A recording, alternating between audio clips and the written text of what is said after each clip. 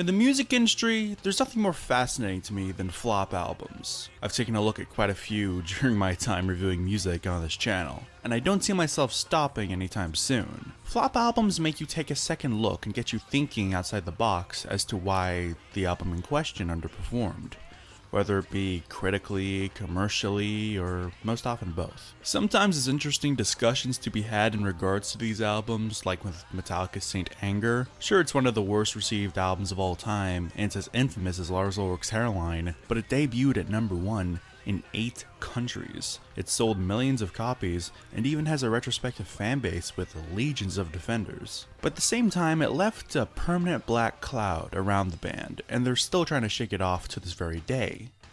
And that's just one example. We could easily be here all day. It's fun to theorize why some albums did so terribly. Did they change up their sound too radically? Did the masses get sick of them? Did they fall out of flavor? Was the band falling apart? Or some kind of bizarre combination of events, or something completely different? And then there's the aftermath you have to consider. Did it kill the artist's career, or was it just a bit of a derailing that they were able to recover from? Did it maybe sell well at first, and only obtain a bad reputation in hindsight? Or was it on death's door the second it was released? Or did it flop at first only to be reappraised in later years as a classic record? There's so many things to consider that make this subject so fun to discuss. And since I had so much fun making the worst rock albums list, I thought why not make another video focusing on the biggest flops in rock and rock adjacent music. And I'm focusing on rock since that's my forte, and I wouldn't really know what I was talking about if I included other genres. Also, there's other videos you can watch if you want a more general all-around list. Just so you know, this list isn't really based on any hard facts like the previous video, because that list was just made up of the 10 bottom albums from Metacritic.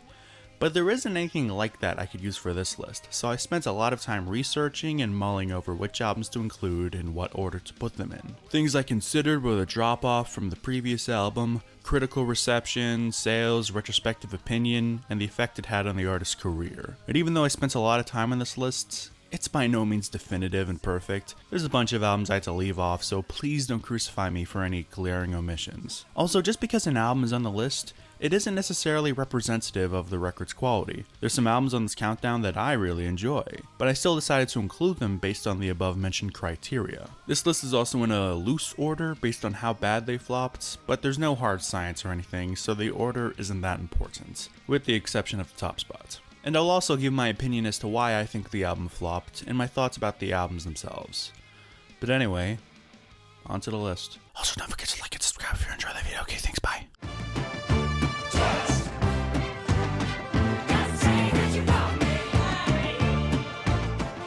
I'm gonna get a lot of heat from people for putting this album on the list, so let me preface this by saying I enjoy this album too, but it was a big old flop. The band's previous album, the classic Rumors, sold 20 million, and this album sold 2 million. It's not a bad number until you think about the drastic drop-off of 90%, and considering the fact this was a double LP, each album sold counts as 2 albums sold. So it's an even worse drop-off when you think about it like that. Also, Tusk had a production budget of $1 million.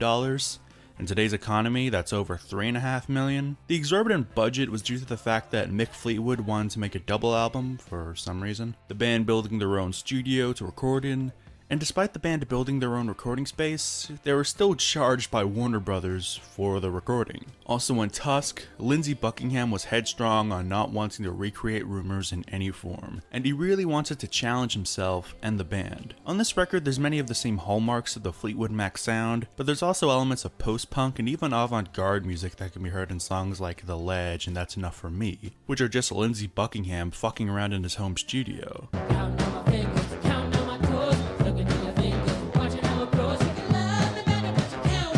Which actually work really well against the sweet and tender cuts from Stevie Nicks and Christy McVie, though you can definitely feel a sense of separation. Bassist John McVie said this album sounds like the work of 3 different solo artists, which is also true because it's easy to tell which track was written by who in this thing.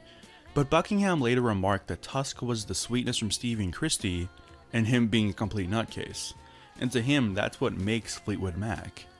and I can't really disagree. And even though I prefer Rumors, this album I feel defines the band far more. The only real complaint I have is that I feel there's too many ballads, especially by the end, but considering the fact that this is a double album, and it never really lost my interests, is a big win since I rarely like double albums. And even though it flopped at the time due to how obtuse it was to the band's fan base and the mainstream at large, it has obtained a cult following and it's considered one of the best records of all time.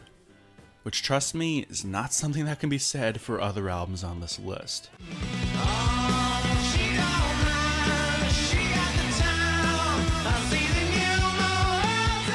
Oh boy, remember these guys? I remember when I was a kid and this band was inescapable.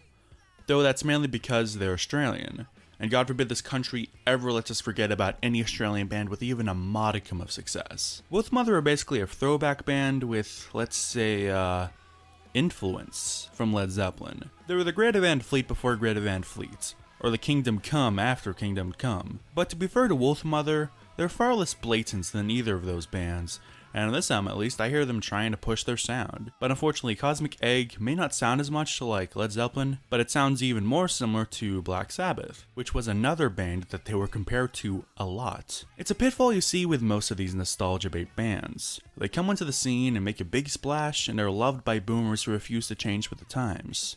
But they're soon dropped when said boomers go back to listening to the same shit they've been listening to for decades.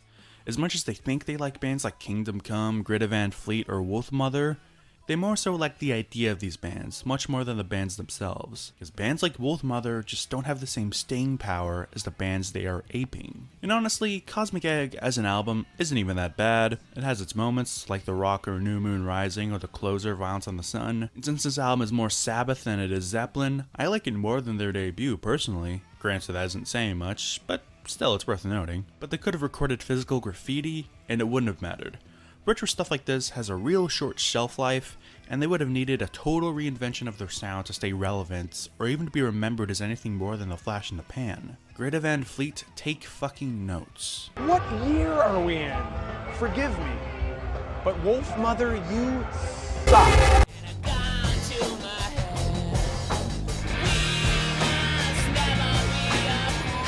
Adore features many of the same hallmarks you see from many albums on this list. The band are following up a huge blockbuster selling record, they're going into a new musical direction, and the band is falling apart personally. And it makes sense that they would want to do something different after their last record was a double album full of guitar-dominated alt-rock, and they lost their powerhouse drummer Jimmy Chamberlain due to drug problems on the tour.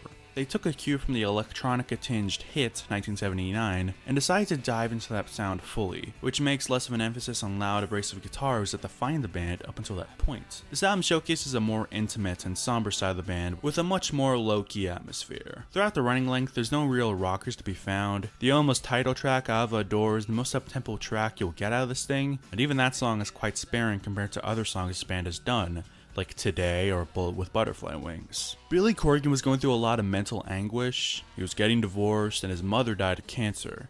He wrote the piano-led ballad Martha in her memory, and there's a dark cloud that surrounds this album.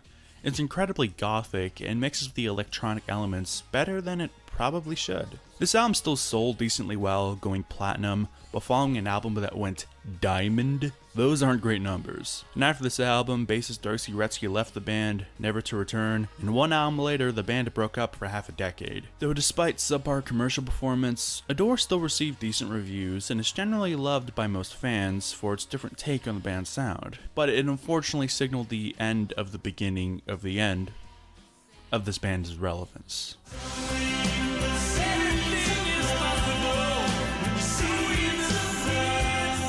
After crafting two of the best synth-pop albums of the 80s, Tears for Fears tried to go into a more organic sound and wanted to work with more real instruments and less synths and drum machines. But did they have to become boring too? The album The Seeds of Love really doesn't showcase this band's talents very well. They were always known as progressive pop, which makes sense since though their sound was very accessible, it was also very dense and there was a lot going on with the song structures. And they took their music into some weird places.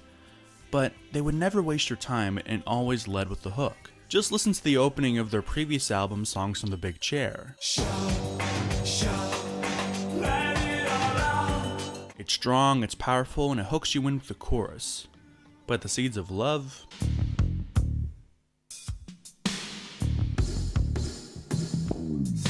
It's slow, there's not much going on, and the build-up takes a long time to get going. And keep in mind, I like this song. Woman in Chains is a great power ballad. I love the lyrics and Oleta Adams' vocals. But it's not an opener, it's a closer if anything. A lot of this album's material was written and recorded through jam sessions, and from a synth band, that is not a great sign. Don't get me wrong, Roland Orzabal is a great songwriter, but maybe he should stay away from jazz and psychedelia. It's not his strong suit. And even though this album has more real instruments, it sounds way more dated than any of their previous material. It's bloated, overly long, and tedious. Out of 8 songs, only 2 are less than 5 minutes. And even though this album was still well received and went platinum, it was only a fifth of their sales compared to their previous album, while costing more than 10 times more to produce. And it led to the breakup of the band. Roland Orzabal was becoming more meticulous when it came to recording, and the other guy in the band, Kurt Smith, the guy who sang Everybody Wants to Rule the World, just wanted to play and didn't want to spend a year bunkered down in the studio. Which is probably a big reason why he only sings lead vocals on 1 song of this album. And he eventually left the band in the early 90s and didn't rejoin until the early 2000s.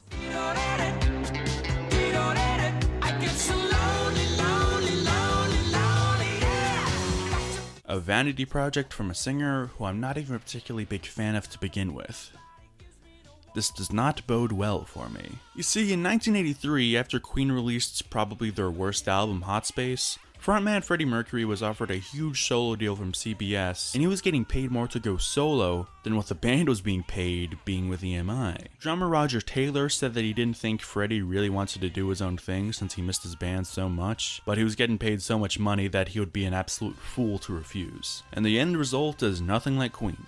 Which makes sense. He may as well do something different and explore his love of disco and dance music. Though unfortunately, the end result is some of the most kitschy, dated, and insufferable synth pop I have ever heard. I may not be the biggest Queen fan, but I understand that the main thing that makes this band good is how the band playing support of Freddie's extravagant presence and voice. They know when to tone it down and to let Freddie soar. But this album's production is overbearing, you're rarely given time to breathe, and when you are given a moment to calm your senses, you get Freddie yelling in your ear. It's just too much, guys. There are some good moments, don't get me wrong. Tracks like I Was Born to Love You and Made in Heaven are decent tracks, but they're made far better when the other members of Queen give them the right kick in the ass that these songs needed on the posthumous album named after the latter song. This album did decent in the UK and nowhere else. Given the fact that Freddie was offered more money than the actual Queen to record this album over the course of 2 years, and it didn't even do as well as the worst performing Queen album, I think it's safe to say that Mr. Bad Guy was a bit of a bust. God, and what an awful title.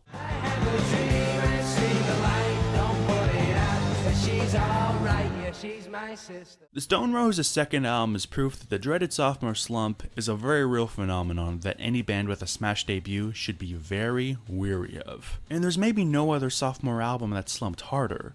It not only sold half as much as its predecessor and was destroyed by critics, but it killed the band's career. And they never released an album ever again. And this album is squarely to blame. But to understand why Second Coming failed, you have to understand why the Stone Roses' debut was so good. It was such a unique mix of dance rock, jungle pop, and psychedelia. After the Smiths broke up only a few years prior, the Stone Roses became the new faces of British alternative music, before Oasis stole that title a few years later. And speaking of Oasis, this band had ginormous egos, with frontman Ian Brown saying in 1989 that they were the most important band in the world and they hadn't even begun to show their potential yet.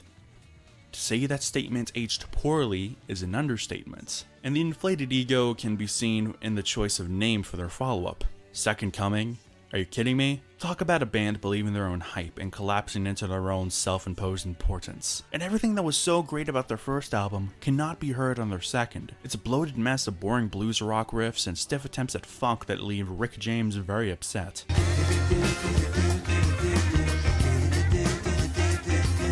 They for some reason completely abandoned the Manchester scene and sound, a scene and sound that they helped create, I might add, and they became just another band.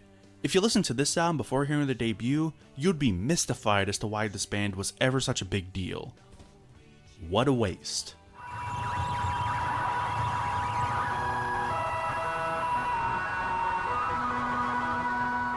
Now we have maybe the most infamous album on this list.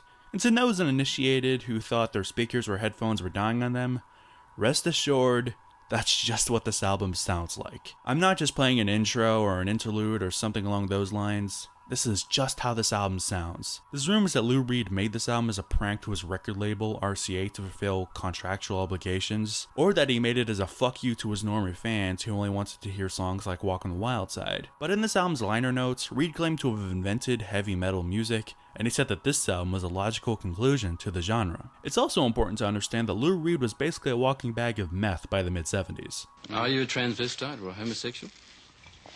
Sometimes. And take it from someone who has listened to this album all the way through without skipping anything more than once.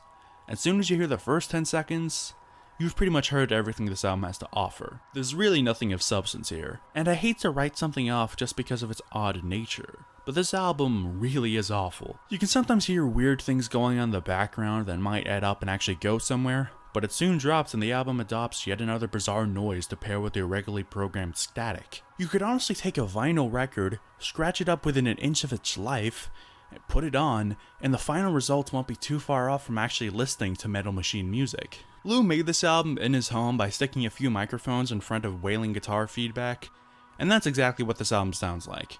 And considering it was recorded while he was alone in his house, I think it's fair to say that he was not exactly of sound mind whilst recording. It sold decently at first, amassing over 100,000 copies sold, but most of these were returned, and after 3 weeks you couldn't find any copies in stores. And there are defenders of this record, as you can see from this positive review from Pitchfork. Of course, it's Pitchfork. The cerebral qualities of the dissonance is alluring to a lot of people more keen to noise music than I. And Lou Reed never seemed to regret it. He even took part of a live performance of this album that included actual instrumentation, and it's certainly something.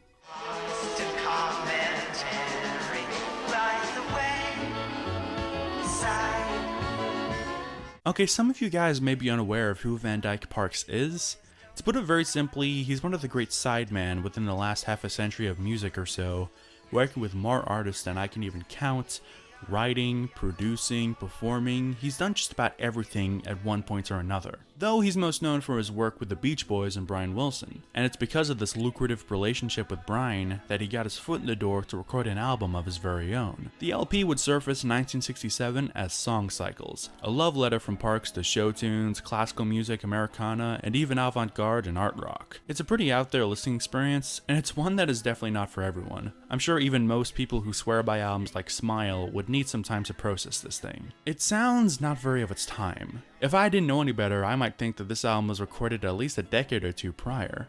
The orchestral arrangements sound similar to something from an old Disney film, and the way that Van Dyke Parks sings the material is like an old crooner from yesteryear. There's a lot to admire about this record, even though if I have to be honest, I think it's a little tedious, but I can totally see the appeal. This record got great reviews and went on to influence artists like Joanna Newsom, who sought out Parks to produce one of her albums, for instance. But the record buying public did not have time for this overwrought piece of Baroque pop. This album was way more expensive than most pop records of the time, and after this album didn't sell, Warner Brothers were $35K in the hole. And this was $35K in 1967. In today's money, that's almost $300,000. To recoup some of their losses, and also get rid of excess inventory, they placed ads in Rolling Stone saying that they wasted thousands of dollars on the album of the year, and they offered people who actually did buy it to send in their copies because they were obviously so worn out from being played all the time, and in return they would receive 2 brand new copies. One for them, and one to educate a friend with. Their words, not mine. Parks then accused Warner Brothers of trying to kill his career. If that's not a flop, I don't know what is. I'm head over heels and it shows. I played every field. Now we have an album so infamous that it seems to be scrubbed from the internet completely. I legit could not listen to this album, no matter how hard I tried, without forking out a ridiculous amount of money on a CD.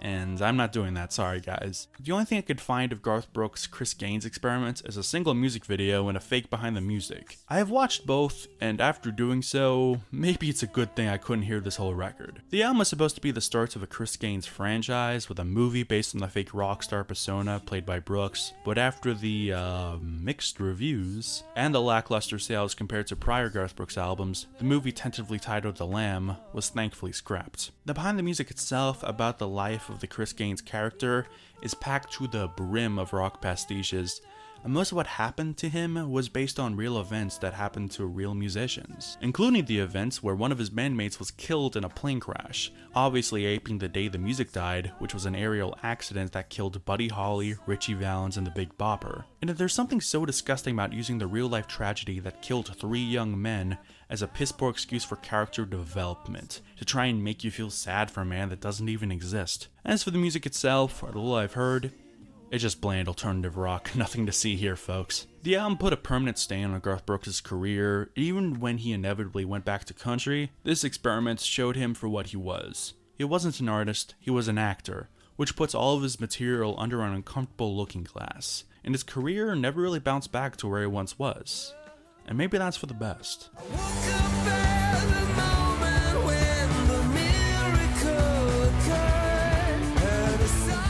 Oh my, maybe the most infamous album on this list, and it's not for any reason you may expect. This wasn't a radical change in U2's sound.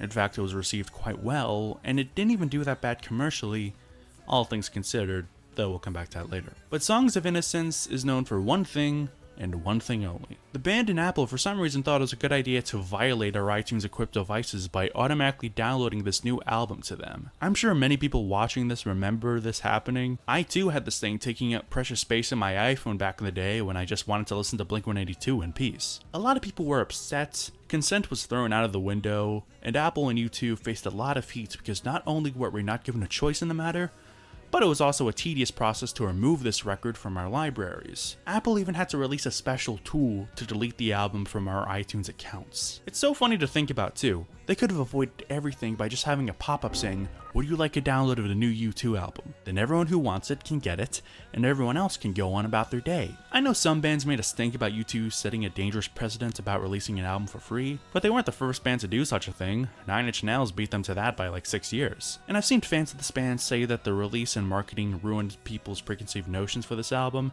and that's actually a good record. So I did what very few people who bitched and moaned about this album actually did. I listened to it. And it sure is a U2 album, but unfortunately for me, I don't like the U2 sound, so I was shit out of luck. I mean, the Joey Ramone tribute was okay, I guess, and I can always get down to some Joey Ramone love. Iris Hold Me Close is a decent tune, and Sleep Like a Baby is an alright slow jam, despite Bono's weird vocal choices. But regardless of this album being par for the U2 course, it didn't do that well at all, even when you take into account a lot of people getting it for free. It was the first U2 album since The Unforgettable Fire in 1984 to not go #1 in a zillion countries, and the drop-off in sales were staggering. From this point on, U2 were known as the band who couldn't even give an album away. And that's pretty fucking sad. But that's just my opinion. Tell me what you think below in the comments. You can click right here for a video about the worst rock albums ever. And don't forget to like, subscribe, and click the bell in order to remain notified and to support the channel. But anyways, take it easy, party people.